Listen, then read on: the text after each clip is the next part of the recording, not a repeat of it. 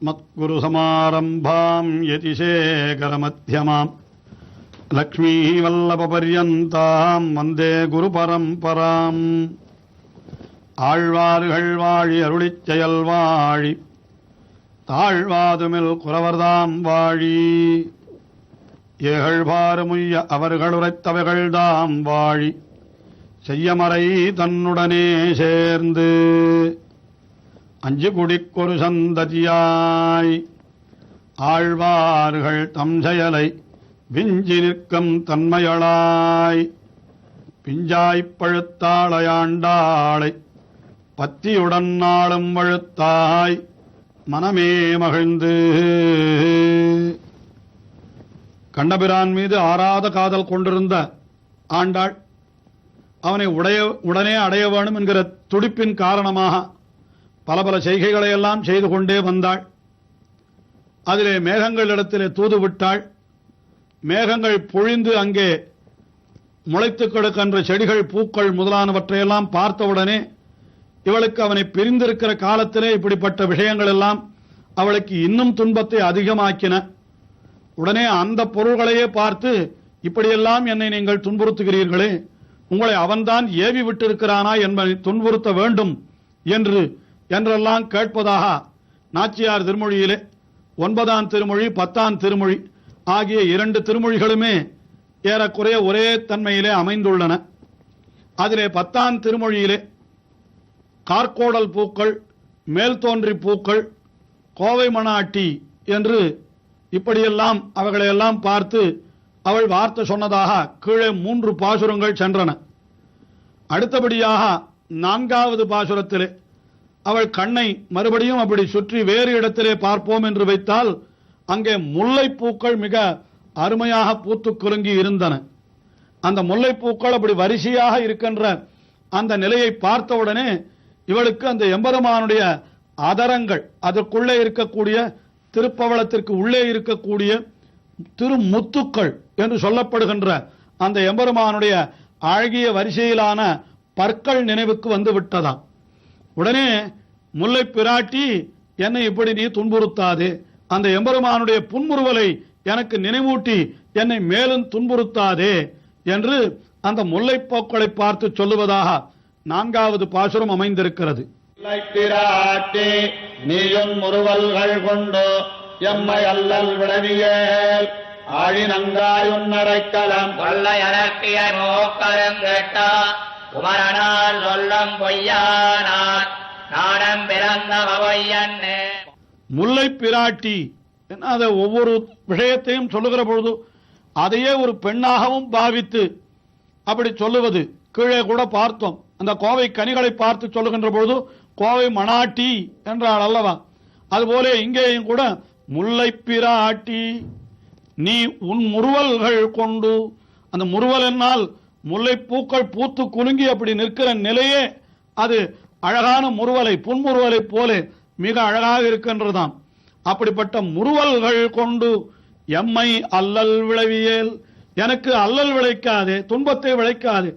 இந்த முறுவல்களை பார்க்கிற பொழுதெல்லாம் எனக்கு என்ன ஞாபகம் வருகிறது, அந்த எம்பெருமானுடைய அழகான புன்முறுவல். அவன் என்னை விட்டு பிரிந்து செல்லுகிற பொழுதோ அப்படி தன்னுடைய புன்முறுவலை காட்டிவிட்டு சென்றான் அல்லவா, அதுபோன்றோ என்னுடைய நினைவிலே வந்து என்னை இன்னும் வாட்டுகிறது. ஆயினாலே எம்மை அல்லல் விளைவியேல் ஆழினங்காய், மிகவும் கம்பீரமான சுபாவத்தை உடையவளே, உன்னடைக்கலம், உனக்கு நான் அடைக்கலம், உன்னை நான் கையெடுத்து கும்பிடுகிறேன் என்று சொல்லுவது போல, இப்படியெல்லாம் என்னை துன்புறுத்தாதே, உன்னை கையெடுத்து கும்பிடுகிறேன் என்று சொல்லுவது போல நான் உனக்கு அடைக்கலம், உன்னிடத்திலே சரணாகதி பண்ணுகிறேன், என்னை நீ துன்புறுத்தாதே என்று சொன்னாள். சட்டென்று சிறிது நேரம் யோசித்தாள். என்ன யோசித்தாள், அந்த எம்பெருமான் அவன் நிச்சயமாக நம்மை கைவிட மாட்டேன் என்று, அடியவர்களை கைவிட மாட்டேன் என்று அவன் ஏற்கனவே தெரிவித்திருக்கிறானே என்று அதை நினைத்தாள். ஆனால் அது இப்பொழுது அவளுக்கு பலிக்கவில்லையே, அதையும் கூடவே நினைத்தாள். அதைத்தான் சொல்லுகிறாள், கொல்லை அரக்கியை மூக்கறிந்திட்ட குமரனார் சொல்லும் பொய்யானால். என்னால் கொல்லை அரக்கியை மூக்கறிந்திட்ட குமரனார் என்கிறது யாரை குறிக்கின்றது? ராமபிரானை குறிக்கின்றது. ராமபிரான் என்ன செய்தான் என்றால் ஒரு அரக்கியாம், அவள்தான் சூர்பனகை. அந்த சூர்பனகையை கொள்ளையரக்கி என்கிறாள். கொள்ளை என்னால் வரம்பு கடந்தவள், அதாவது ஒரு கட்டுப்பாடு என்று ஒன்று வைத்திருந்தால் அந்த கட்டுப்பாட்டை மீறினவள் என்பதுதான் அவளுக்கு உண்டான ஒரு குறை. என்ன கட்டுப்பாடு என்றால், எம்பெருமானை பற்றுகின்ற பொழுது பிராட்டி ஸ்ரீ மகாலட்சுமியை முன்னிட்டு கொண்டுதான் எம்பெருமானை பற்ற வேண்டும் என்பதுதான் ஒரு வரம்பு, ஒரு கட்டுப்பாடு வைக்கப்பட்டிருக்கிறது. ஆனால் இவள் இந்த சூர்பனகை என்ன செய்தாள்? அந்த சீதையையும் ஒதுக்கி தள்ளிவிட்டு அவளுடைய ஸ்தானத்திலே தான் போய் அமர வேண்டும் என்று நினைத்தாள். இன்னும் ஒரு படி மேலே போய் அந்த சீதையை நான் விழுங்கி விடுகிறேன் என்றெல்லாம் கூட சொன்னாள். ஆகினாலே அவளை கொள்ளையரக்கி என்றாள். வரம்பை மீறியவளவள். அந்த பிராட்டியை முன்னிடாமல் பிராட்டியை ஒதுக்கி தள்ளினாள் அல்லவா? ஆகினாலே கொள்ளையரக்கி என்ன செய்தான்? அப்படிப்பட்டவளை மூக்கறிந்திட்ட குமரனார் என்று மூக்கறிந்திட்டான் சக்கரவர்த்தி திருமகன். அப்பொழுது கூட அவன் எப்படி இருந்தான் என்னால் குமரனார் என்கிறாள். குமரன் என்னால் மிகவும் அழகான வடிவை உடையவன், இளம் பருவத்தினன் என்பதுதான் பொருள். அதை அந்த குமரனார் என்ற சொல்லை ஆண்டாள் இங்கே பயன்படுத்துவதற்கு என்ன காரணம் என்றால், அந்த சூர்பனகையே கூட தான் மூக்கு அருந்து இருக்கிற நிலையிலேயும் கூட தன்னுடைய தமையனான அந்த கரன் என்கிறவனிடத்திலே போய் தெரிவிக்கின்ற பொழுது, யார் உன்னுடைய மூக்கை அறுத்தவர்கள் சொல், இப்பொழுதே அவர்களை நான் வதம் செய்து விடுகிறேன் என்று அப்படி கரன் கொக்கரித்த பொழுது சூர்பனகை என்ன சொன்னால் தெரியுமா? தருணவ் ரூபசம்பன்னவ் என்று இரண்டு பேர்கள், மிகவும் வாலிபர்கள், தருணவ் ரூபசம்பன்னவ் மிகவும் அழகியவர்கள் என்றுதான் அவள் வர்ணிக்க தொடங்கினாள் அந்த சூர்பனகை. ஆகையினாலே அவள் சொன்ன சொல்லையே கொண்டு இங்கே என்ன சொல்லுகிறாள் ஆண்டாள்? கொள்ளையரக்கியை மூக்கறிந்திட்ட குமரனார். அப்படிப்பட்டவர் ஒரு சொல்லி இருக்கிறார். என்ன சொல்? யார் என்னை நண்பன் என்ற பாவனையோடு வந்தாலும் அவனை நான் கைவிட மாட்டேன். மித்திர பாவேன சம்பிராப்தம் ந த்யஜேயம், அவனை கைவிட மாட்டேன் என்று சொல்லி இருக்கிறார். ஆனால் இப்பொழுது என்னை கைவிட்டு விட்டார் போல் இருக்கிறதே. ஆயினாலே அந்த சொல்லும் பொய்யானால், அந்த குமரனார் சொன்ன சொல்லும் பொய்யாகிவிட்டது போல் இருக்கிறது. ஆனால் நானும் பிறந்தமை என்னால் நான் பெரியாழ்வாருடைய திருக்குமாரியாக இங்கே பிறந்திருக்கிறேனே, இதுவும் கூட பொய்யாக போய்விடுமோ? அந்த பெரியாழ்வாருடைய சம்பந்தமும் கூட எனக்கு எம்பெருமானை பெற்றுத்தராமல் போய்விடுமோ என்று தன்னுடைய ஐயத்தை, அச்சத்தை வெளியிடுவதாகத்தான் இந்த பாசுரம் அமைந்திருக்கிறது. பொய்யன்றே என்னால் பொய்யன்றோ என்றே பொருள். அதாவது நானும் பிறந்தமை பொய்யாகிவிட்டதே என்றே அவள் நினைப்பதாக. அப்படி இப்படியெல்லாம் தன்னுடைய நிலையை சொல்லிக் கொண்டாளாம். அந்த பெரியாழ்வார் வயிற்றில் பிறந்தால் அவருடைய புருஷகாரத்தாலே நிச்சயம் எம்பெருமானை பெற்றுவிடலாம் என்று நான் நினைத்திருந்தேனே.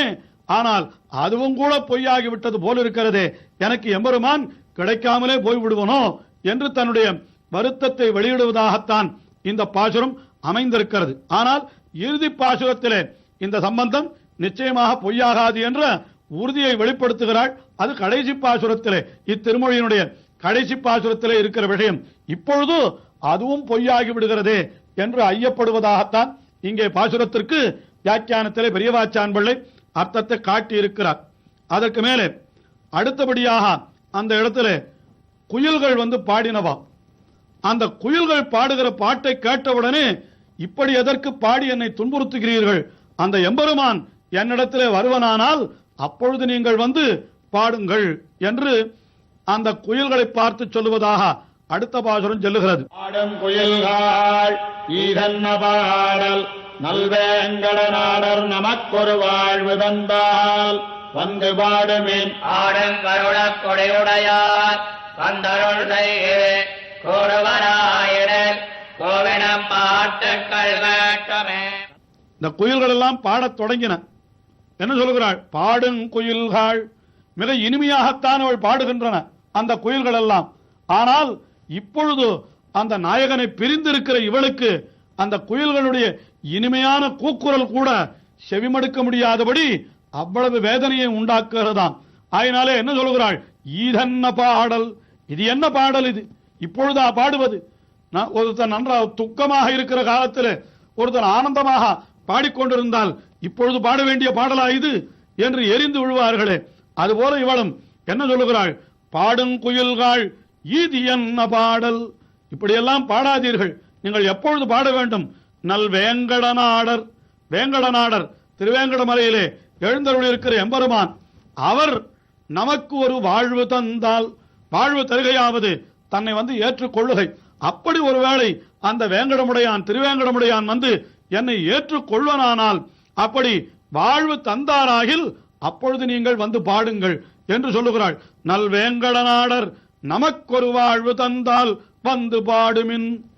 அது மட்டுமல்ல, ஆடும் கருளக் கொடியுடையார் என்னோடு கூடுவராகில், அந்த எம்பெருமான் ஆடும் கருளக் கொடி என்னால் அப்படி நன்றாக வெற்றியை உடைத்தாய், நன்றாக பட்டொளி வீசி பறக்கின்ற ஒரு கொடியாம் அந்த எம்பெருமானுடைய கொடி, அது கருடக் கொடி. அந்த கருடக் கொடியுடையார் அருள் செய்து என்று சொல்லுகிறாள். இந்த இடத்திலே கருடனை சொல்லுவதற்கு என்ன காரணம் என்றால், இவள் வெகு தூரத்திலிருந்து பார்த்தாலே அந்த கருடக் கொடி தெரிந்தால் அப்பொழுதே இவளுக்கு ஆனந்தம் ஏற்பட்டு விடுமா, அதோ எம்பெருமான் வந்து விட்டான் என்று இப்படி மகிழ்வதற்காக அவனும் அந்த கொடியோடே வருவானாம். அப்படி ஆடும் கருடக் கொடியுடையார் அருள் செய்து கூடுவராகில், எனக்கு அருள் செய்து என்னோடு கூடுவராகில், அப்பொழுது கூவி நானே உங்களை அழைக்கிறேன், இப்பொழுது என்னை துன்புறுத்தாதீர்கள், அவன் என்னோடு கூடுவனாகில் அப்பொழுது நானே உங்களை அழைக்கிறேன். அப்படி கூவி நும் பாட்டுக்கள் கேட்டுமே நானும் அவருமான சேர்த்தியிலே நீங்கள் பாடுங்கள், அதை கேட்டு நாங்கள் இருவருமே களிப்பை அடைவோம். அப்படி அல்லாமல் இப்பொழுது நான் தனி இருக்கிற இருப்பிலே நீங்கள் எவ்வளவு இனிமையாக பாடினாலும் கூட அது என்னுடைய காதிலே அப்படியே ஈயத்தை காய்ச்சி ஊற்றினார் போல எனக்கு துன்பத்தை என்றோ விளைக்கிறது. ஆயினாலே இப்பொழுது பாடாதீர்கள், அந்த எம்பெருமான் வருவனாகில் அவனோடு நான் சேர்ந்திருக்கிற காலத்திலே அப்பொழுது நீங்கள் இனிமையாக பாடினால் நான் அனுபவிப்பேன் என்று சொல்லுகிறாள். இந்த அனுபவம் தொடர்கிறது, தொடர்ந்து அனுபவிப்போம்.